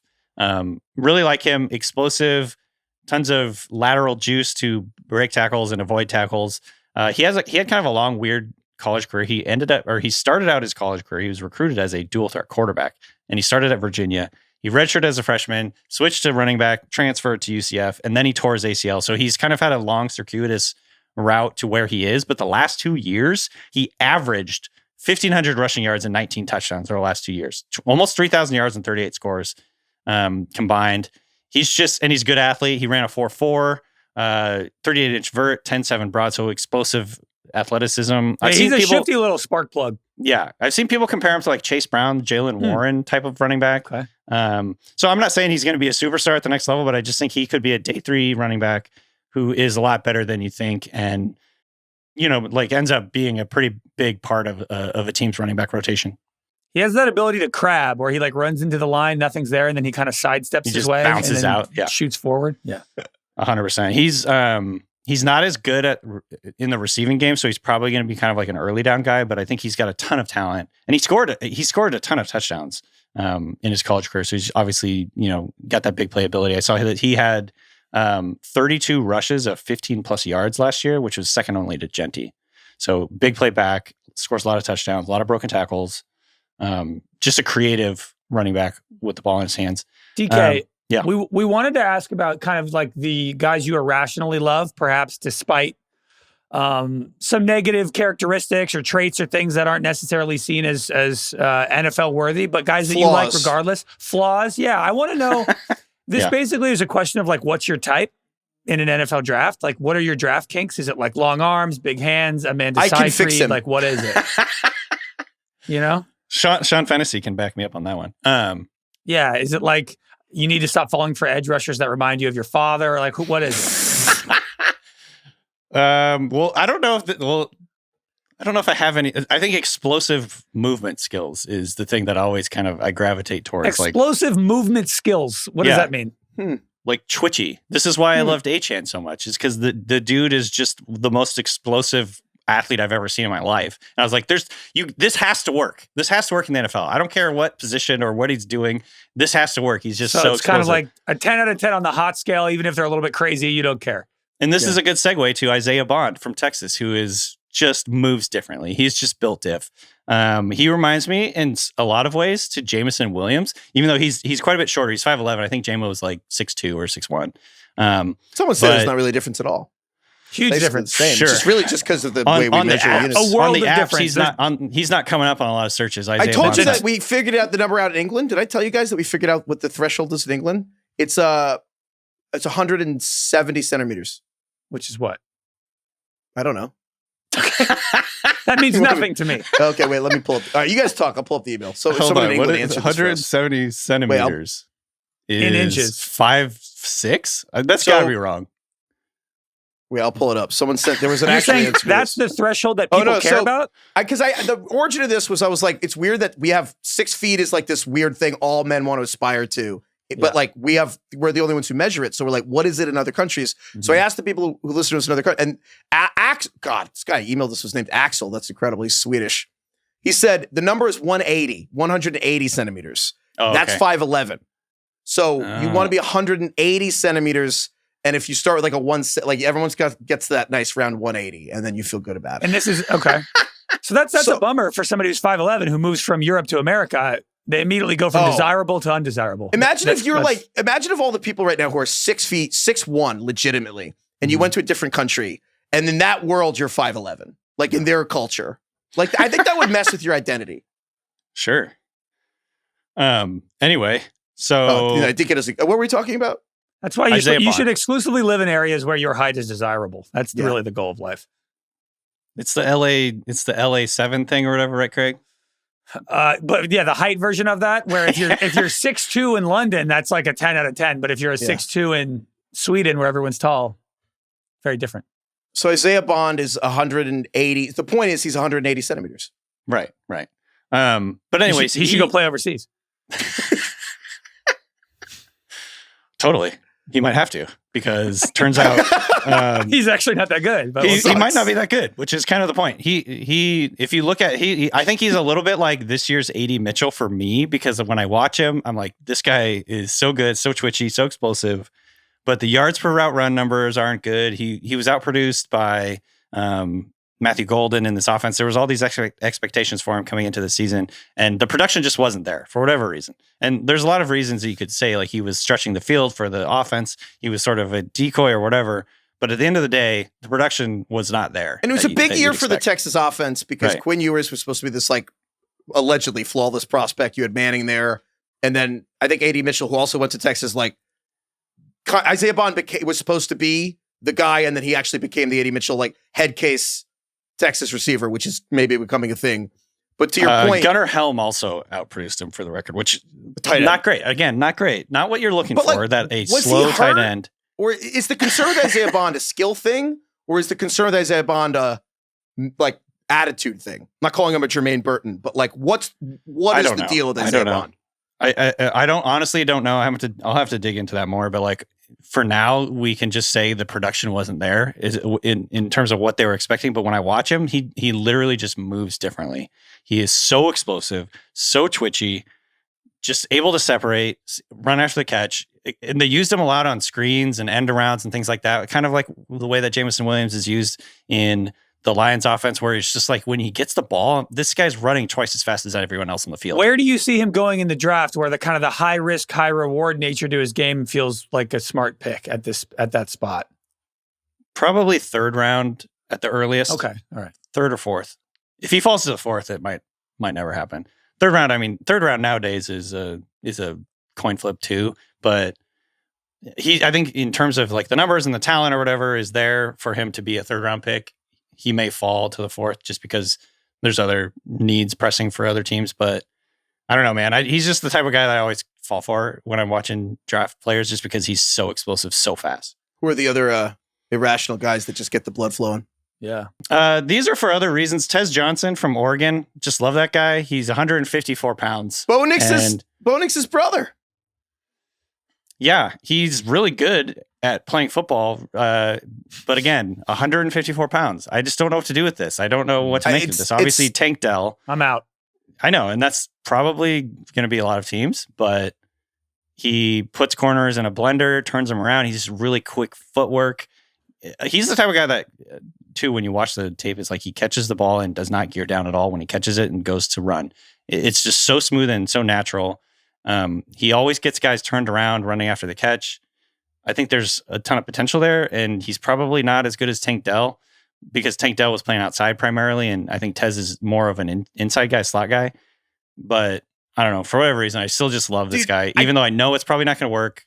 Love Tez Johnson. I kind of think the Broncos are going to take him because, like, Tez Johnson. If you watch, there's an ESPN profile or like a video about him. You can look it up. But so there's a great story about Tez Johnson and Bo Nix, and like their families knew each other really well, and then Bo Nix's family ended up adopting Tez Johnson just because they felt like he was already part of the family, so they just did it, and it's really sweet.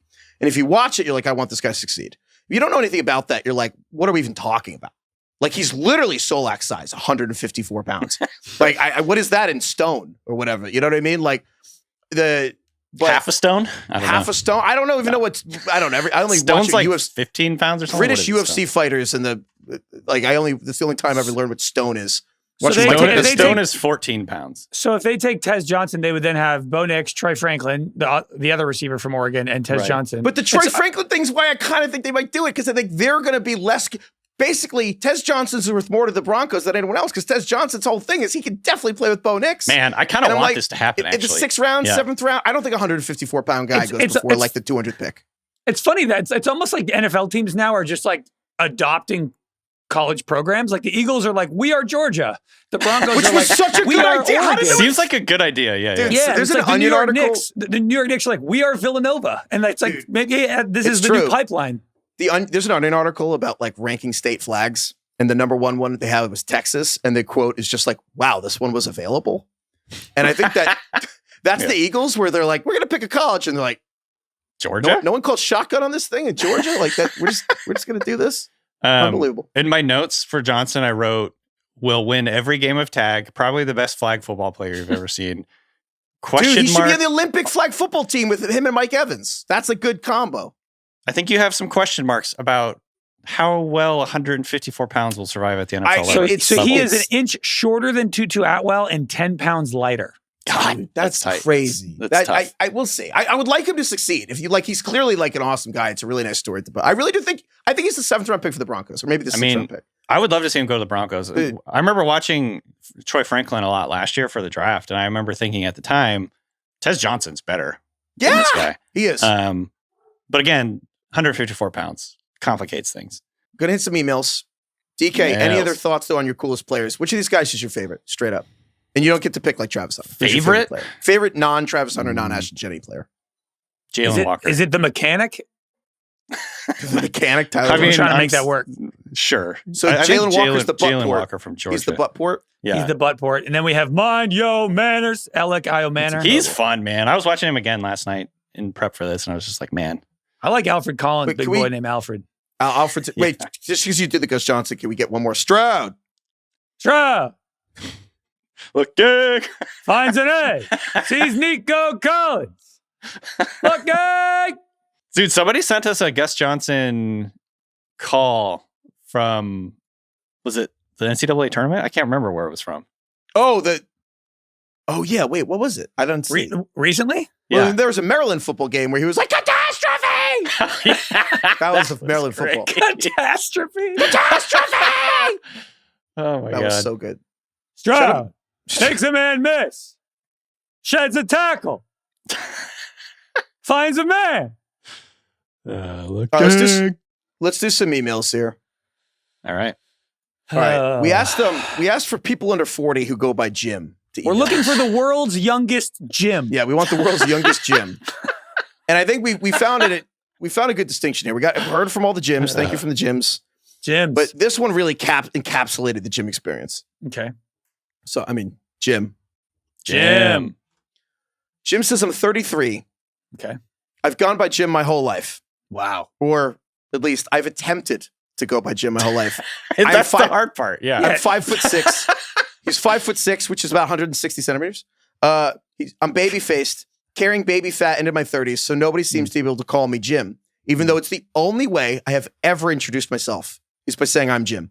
Wow. All through high school, I was Jimmy, and my friends will still call me anything but Jim. So to most people, I am Jimmy. I'm Jim Jam, Jim, Slim Jim, Jimbo, Jimbo Slice, Jimothy, Jimberly. You get the idea. Jimberly. So is he actually Jim? He's not. My name's been a constant source of identity crisis. You are what others call you. He's not Jim. Exactly. It's if a tree falls in the forest, and it was named Jim. No one fucking knows. Like, yeah, he's Jimmy. He's Jimmy. Unfortunately, stop trying to make Jim happen. I want to narrow it. Email us if you are like under 40 and you go by Jim, and like people call you Jim, and not just your coworkers, like the people in your life. I want call under you 30. Jim. Your mom. Under your 30. mom call you under Jim. 30. If anyone's mom calls them Jim, under 30. Hey Jim, contact just us checking in. immediately. Hey, Jim. ringerfantasyfootball@gmail.com. Contact us immediately. Hi, sweetie. Hi, Jim. She texts you, Jim. Call me. Jimmy. No other Jim. context. Hi, Jim. How did finals go? Oh, Craig hasn't seen The Wire, but DK, you know when he's like, Jimmy! Like Bunk is blackout drunk, and he's like, Jimmy! Jimmy! I just think of Seinfeld. Don't touch Jimmy. Don't touch Jimmy. Okay. We have a great parent lie email, but first, want to do 2 workplace platforms and a lie?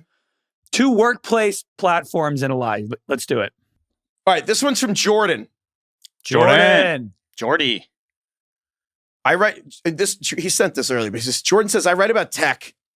So not only do I use platforms like this myself, but I actually report on them and speak with experts who make these platforms a lot. Oh, amazing. So he gets a lot of emails for PR Speaking questions. to Mr. Koopa himself. Yes.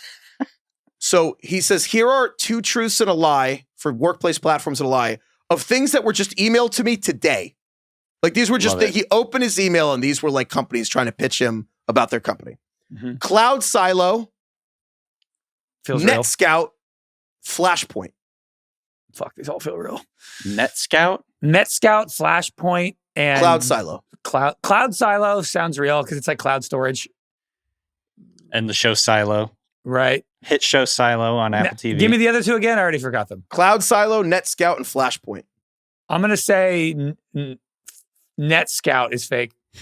I'm going to say Flashpoint's fake. NetScout seems super real. Improve and secure service, network, and application performance anywhere. Cloud Flashpoint, Silo. super real. So, it's got to be Silo then. Oh, yeah. Cloud Silo is fake. Because he probably just did like the show from the hit show Silo from Apple TV. He knew that we would immediately jump on the cloud storage trend. Yeah. And write that off pretty quick. That was smart. To someone, do you want another one? Yeah. It was from Cody. Cody? He said, what's up, boners? Okay. Did we do that one already? I can't even keep remembering. Boners? What's up, boners? It's so funny. Never met you in my life, but okay. Jeez. Christ, Cody. My name's Jim, but okay. He said, I'm a medical laboratory scientist at a hospital. That's good to know that you're leading emails with boners. Good to know we're in safe hands. You imagine, think about the last time you were at a doctor or at a hospital or anything. The Walks last into person you the talked surgery room. What's up, boners? What's up, boners? What's up, boners? Which organ are we taking out today? It's like scrubs, like all the surgeons are just jocks. All right. 4 of these are real, 3 are one's fake. Epic, Unity, Goliath, Safe Trace, and Wham. Safe Trace and Wham, Goliath, Unity. I think Unity's fake. That's the thing in Rick and Morty. Obviously, it's also a word that means other things. The Safe Trace one is definitely real. That's too weird to be fake. Wham?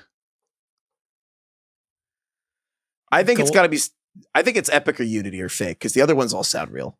I think Wham is a band from the 1970s or 80s. It's spelled W-A-M though. There's no H. George Michaels. Oh, okay. No. George Michael? George Michaels is George Michaels. No, Chaz Michaels. I got there. I don't know. Unity? Yeah, sure. Goliath is the lie. I was wrong. Okay. Rats. Anyway, that's why we're boners. Rats. Fucking boners. All right. Last email here is from Daniel. Danny. This is incredible. This is again. So we've been talking about lies parents tell their children, which has been my favorite email topic. Oh yeah, these are great. Some time. Yeah, it's good. It's about as good as the things your dad said they invented. So Daniel writes, when he was about 3 years old, my oldest son Brady decided one night that he was not going to eat anything green anymore.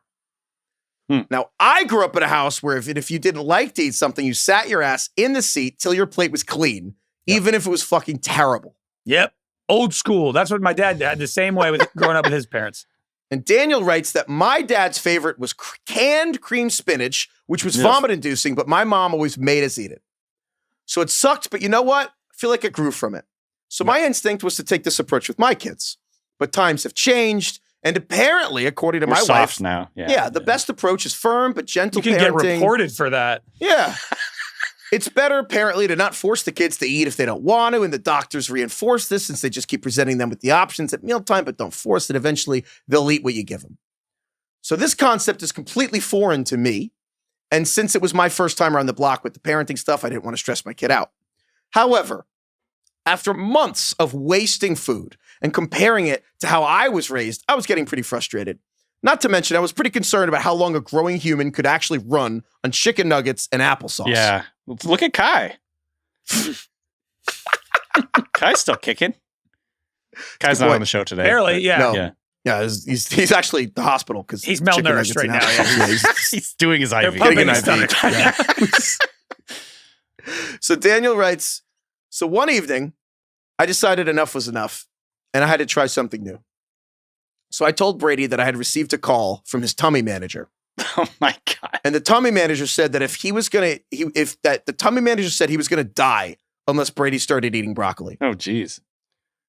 And He Daniel went writes, full, like this was like not a gray area. He said, you either eat this or you're going to die. and Daniel says, I think so I honestly have no idea where that came from. It just kind of blurted out of me.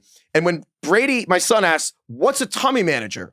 I told him, it's the little man who lives in your stomach that breaks down your food. And the tummy manager's family only eats what you eat. And if the family didn't get their vegetables, the family would die. Mm-hmm. Mm-hmm. That's not bad. You cannot overstate how gullible kids are. Dude, so there is no end to their gullibility. I am reading this because I couldn't. Gullibleness. My jaw dropped reading this. So he says, Brady was shocked. Brady asks, how did I hear from the tummy manager? I tell him he called me. You just lie. Keep lying. So Brady asks, can we call him back? Nope. No. And well, I didn't He think only makes outgoing calls. Kind of only one way out. That's He should have said that. I didn't think my 3-year-old was smart enough to call my bluff, but luckily I had a friend who I knew would play along. So I called up my buddy Trey. That's the best kind of friend right there. Yeah, I called up my buddy Trey. This is like fucking Scuba Steve from Big Daddy. Dude, It's the kind of friend that will immediately know to play along with this. Is like one level down from like the town where he comes in and it's like, I need you to do something and never tell anyone about it. Who's never Kyle talk about it again. Who's Ka? Dude, so Trey answers the phone. Brady's eyes go huge. Brady couldn't believe we were talking to the man inside his stomach. And I explained to the tummy manager, that we had talked to Brady about the situation. He needed to eat his broccoli. And my friend Trey plays it flawlessly and says, he does not have long for this world unless Brady eats some vegetables. God. And wouldn't you know it, that little fucker wolfed down all his broccoli in like 1 minute after getting off the phone. And every once in a while, we call Trey to see how his family's doing in the tummy. And anytime my son eats new food, they call Trey and ask to see how they liked it. Guess what? Brady is the best eater of all 3 of my kids. And he has actually become peer pressuring his younger siblings to eat their vegetables or certain death will befall their tummy managers and their families. Wait, the tummy manager's family will also die? Yes, everyone at the table. Jeez. Yes. This guy went from being worried about stressing out his kid to telling them that they're going to die if they don't eat small family living in his body will die. It's like a Rick and Morty Lives episode. depend on this. So he says in the near future, we have to tell Brady the truth because he's 5. And if he goes to kindergarten and he tells kids about the tummy manager, he doesn't want him to be ridiculed. It's funny he said ridiculed because I was kind of thinking also traumatized. But so he's going to figure out how to talk to him.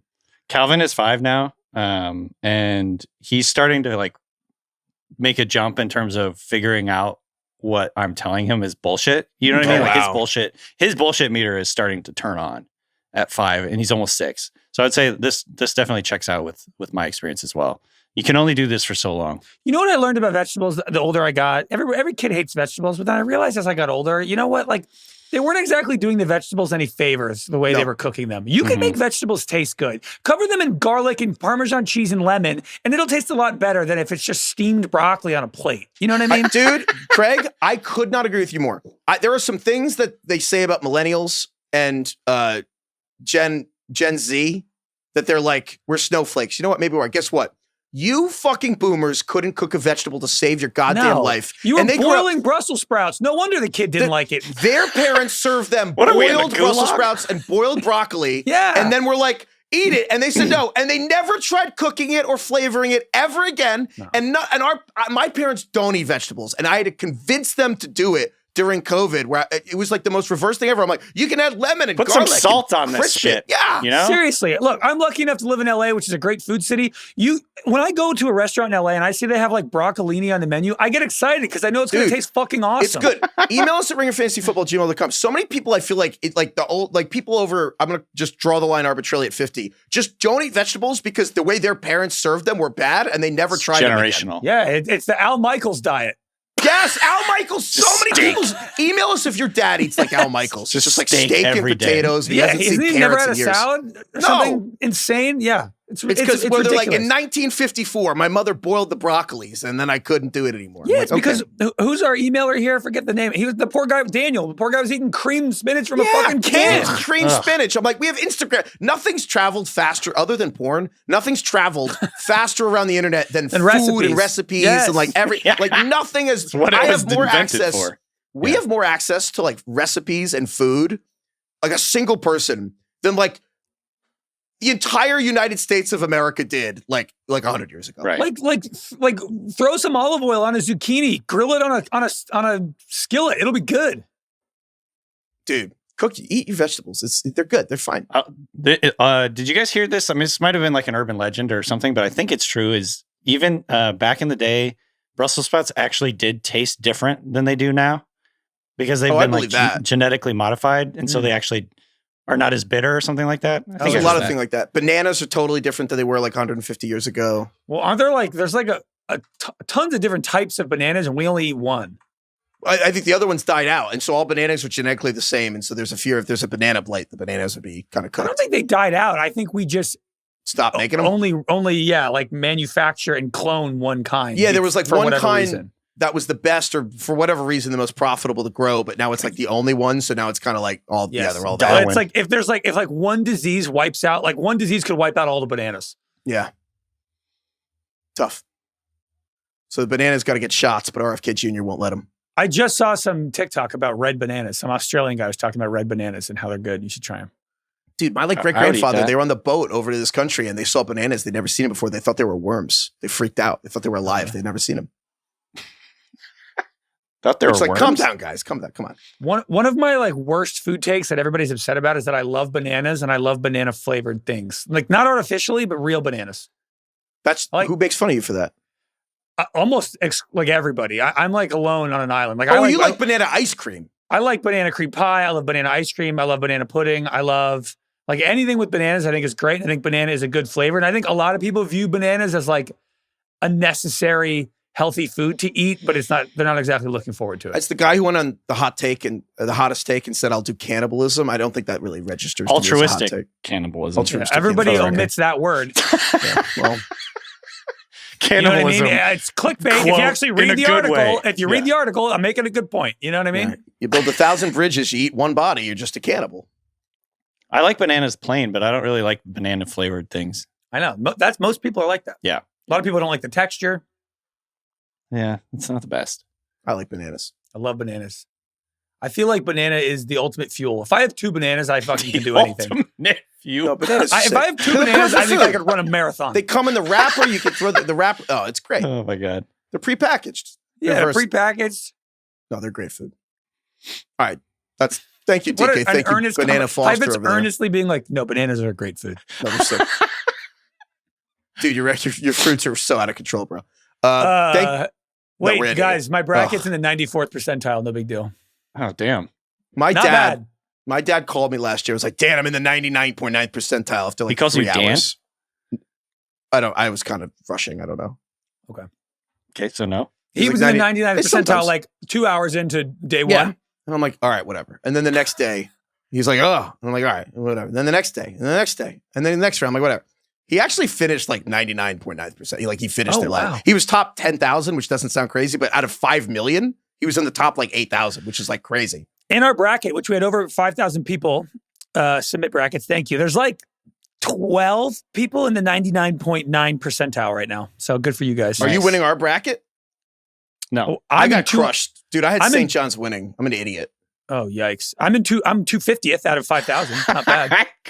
I just looked at where I am. I ranked 21 millionth on ESPN. Craig, 21 millionth place. You must be below me. I'm in 4,671st place in our bracket, which is 5,500 people. Oh, I'm in the 11th percentile on ESPN. Are you below me on the 11th percentile? No, you're below me. I started 7-0, and then I finished like 0-7. My rank right now is 18 millionth in the country or in the world or whatever. Pretty good. 21 millionth. I love it's like 8 hours into day one. ESPN always has the news, and it's like there are 0 perfect brackets left. It's the best.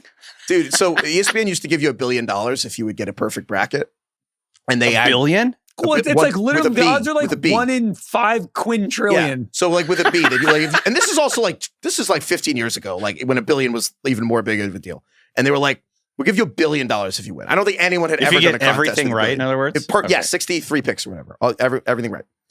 And they're not going to pay it. So they insured it with Dan Gilbert's company, the owner of the Cavs. And he reinsured it with Berkshire Hathaway and Warren Buffett. Warren Buffett gets this call, like personally, of like, someone's like, hey, they want us to insure something for $1 billion. Warren Buffett hangs up, does the math on the back of a piece of paper on his desk in long form multiplication of what are the odds of this. Off the dome? Off the dome, like actual math on a piece of paper in his head. Holy and then shit. laughs. It's like, yeah. And then calls it back. It's like, yeah, there's no way this is going to happen. Impossible. TK, I looked it up. It's 1 in 9.2 quintillion. I don't even know what that means. You know, I just a actually big don't know. number. I couldn't type that on a calculator. That's Is like that that's above a like how much quadrillion? money in cash Warren Buffett has right now. It's 19 digits. 9 quintillion is 19 digits. That's actually, Jesus. that's horizontal calculator shit. Number 1 is Chris Mooney. Go, And Chris. our Coach of the bracket? Richmond Spiders, Chris Mooney. Are you in my tournament? Chris Mooney. His team name is Moonpipe. Moon Which Pipe's I gonna go don't fucking know bracket. what that means. I think I You like do. it. You know what it means, Craig. Moon Pipe is winning. It's like kind my- of it's just disguised enough where it's not immediately inappropriate, so I kind of like it. But Moon Pipe is, yeah, you could like put that in your work bracket. Yeah. But you shouldn't. Damn, I hope All right. Moonpipe wins. Thank you, DK. Thank you, Craig. Thank you, everyone who joined the bracket. Thank you, Carlos. Thank you, Moonpipe. Email us at ringerfantasyfootball. Email us at ringerfantasyfootball@gmail.com. More workplace platforms that'll lie. Email us if your name is Jim under 30 and your mom calls you Jim. I don't know, Jim. Jim, I don't know, Jim. Oh no, my voice cracked again. That's a good fitting to the whole show. Thank you, Lord. Thank you, Jim Croce. Dude, Croce. We've talked about him before, but I love that guy. yeah. Died too young, 30 years old, looks 45. But God. amazing, soothing, beautiful music. A I man and his cannot guitar. believe he was 30 in this picture. Yeah, it's shocking. For all we know, he's actually younger than that in that photo. I don't know if that was the year he died, but he's at least 30 at the oldest in that photo. But the Croce, He lived a life of more than twice his age, I think. yeah, I think so. All those guys lived differently back He then. fit a lot of living into those 30 years, in Yeah. other words. The Croce Master. Why did you think of him? Because his name is Jim. Okay, right there. Of course. His name? Of course. Of course, it's Jim. Jim. Goodbye, everyone. Okay, I know we ended the show, but we're back because moments after the show ended, Craig's beloved Goon McGwath is transferring to San Diego State, so Craig's no longer a Gooner. What did you call him? Goon McGwath? What did I call him? His name I is don't know his Magoon Gwath, Magoon Gwath. not Goon McGwath. Sorry. Get his I name didn't watch right. any San Diego State basketball. Yeah, he's transferring. Our star freshman who we found, he was a 0-star. We plucked him from obscurity, and now he's going to go get $1 million on Kentucky or something. Does it not say where he's transferring to? He just entered he's announcing that he's entering the portal. Oh, okay. This is the sad truth of the mid-majors now in college basketball, honestly. I don't know if you've noticed, but in March Madness, all the higher seeds won this year because all these mid-majors are getting fucking stripped, and there's no continuity. So, but here's my question. Yeah. I know you didn't win the tournament, but you just made the finals. You don't have you can't pay your best player to stay. You just made the finals of March Madness. No, we do not have the same money that, dude, like the schools are like Cooper Flagg is making like $4 or $5 million himself. San Diego State's entire money, NIL collective is $2.5 million. Like we can't do that. Lamont Butler, the guy who had the buzzer beater 2 years ago, he transferred last year to Kentucky. I think he's getting paid $700,000 on Kentucky. We were offering him $300,000. It is a weird system where, yeah, I think the NIL stuff is going to move to like something professionalized with like contracts because it is going to be weird for the experience of like. It's tough because like on one side of things, like the Sweet 16, Elite 8, and Final 4 this year is going to be all the best teams, which is like kind of cool, and it's better games. There's not going to be like a random 12 seed in there. But on the other hand, the fun, chaotic nature, the upset, all that, everything. The soul of the tournament. The soul of why people love March Madness is going away because like the Butlers and the Wichita States, it's like the second those guys have one good player who's decent, he just gets poached for $500,000 to be like the third or fourth best player on a Power 5 school. It's been 1 year, so I don't want to extrapolate too much, but it does feel like, who was that kid in the World Cup that had the incredible World Cup for Colombia? I think it was James Rodriguez.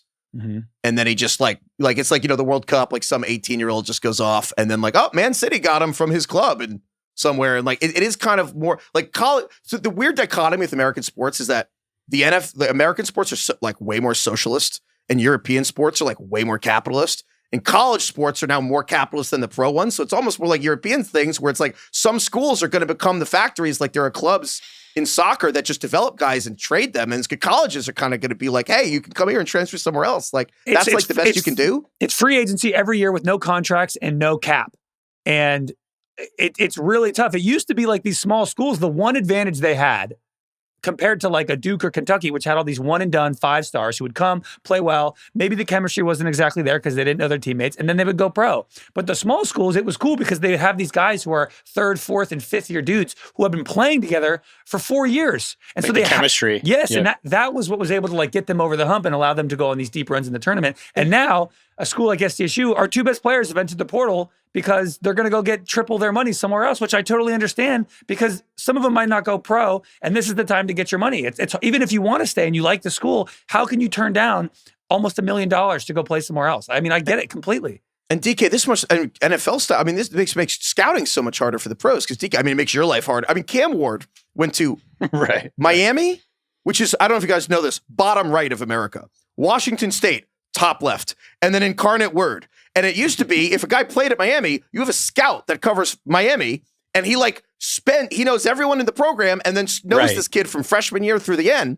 Now your scouts, you have to have different people trying to piece together this guy's career from Washington State to Miami to Incarnate Word over 6 years. And it's like impossible.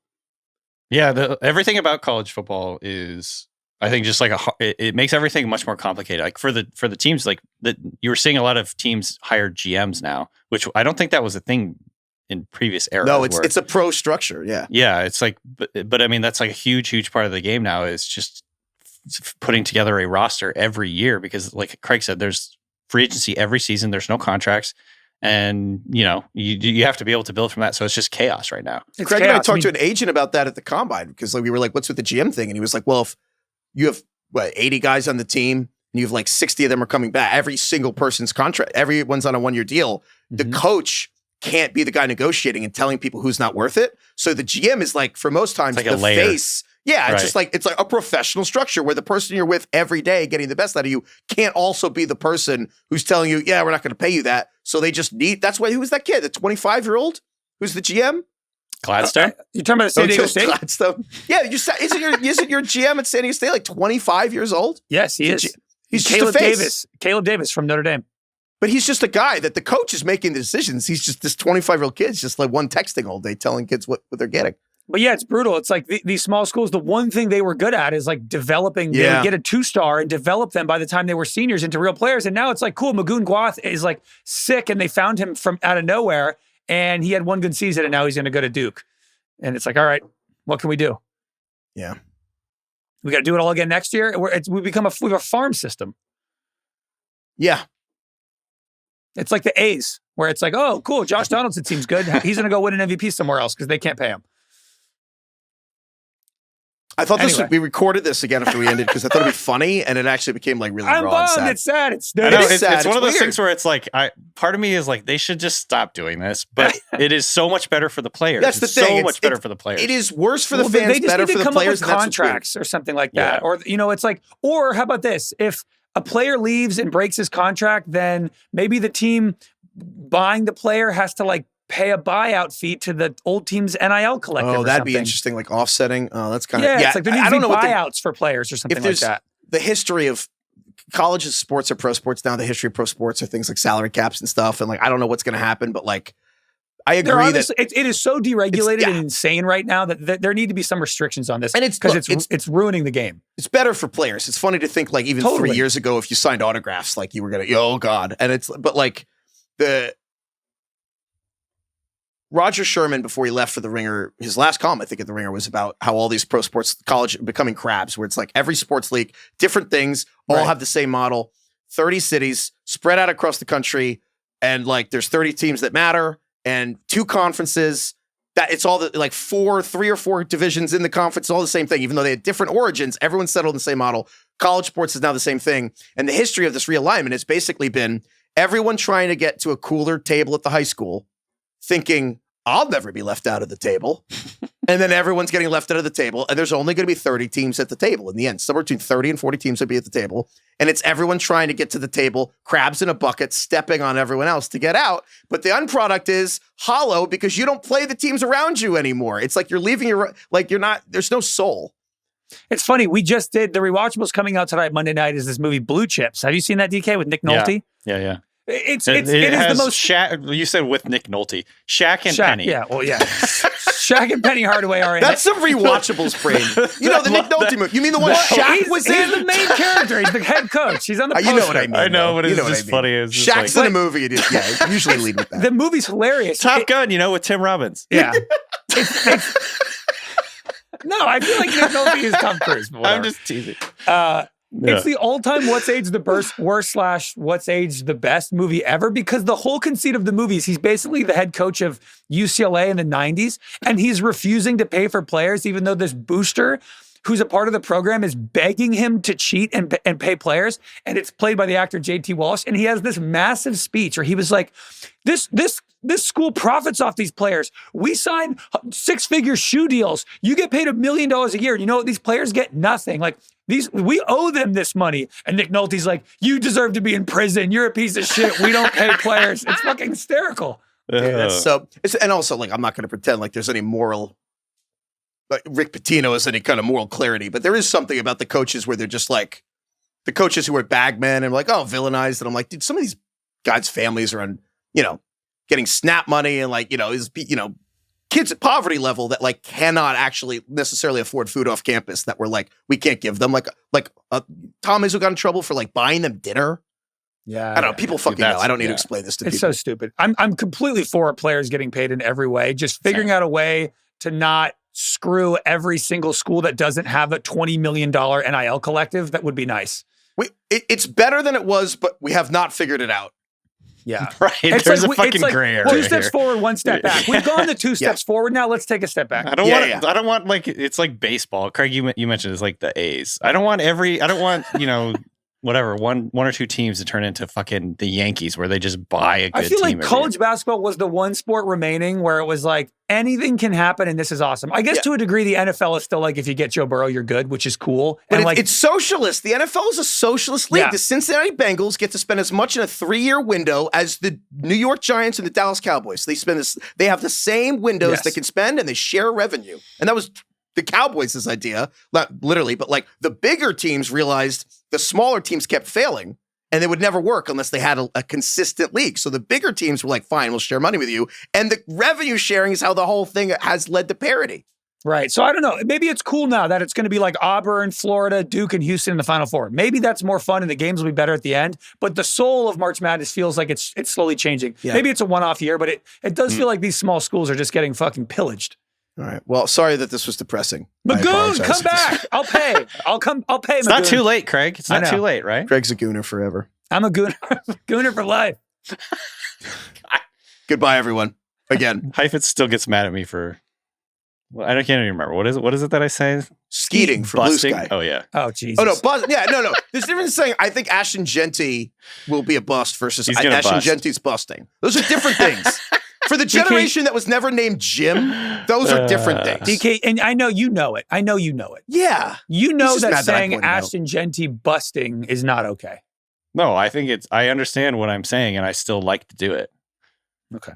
Because it makes me mad, though. Yeah, that's right. Correct. Yeah. That's the older brother in you. My anger is right. It is a righteous battle. Come on.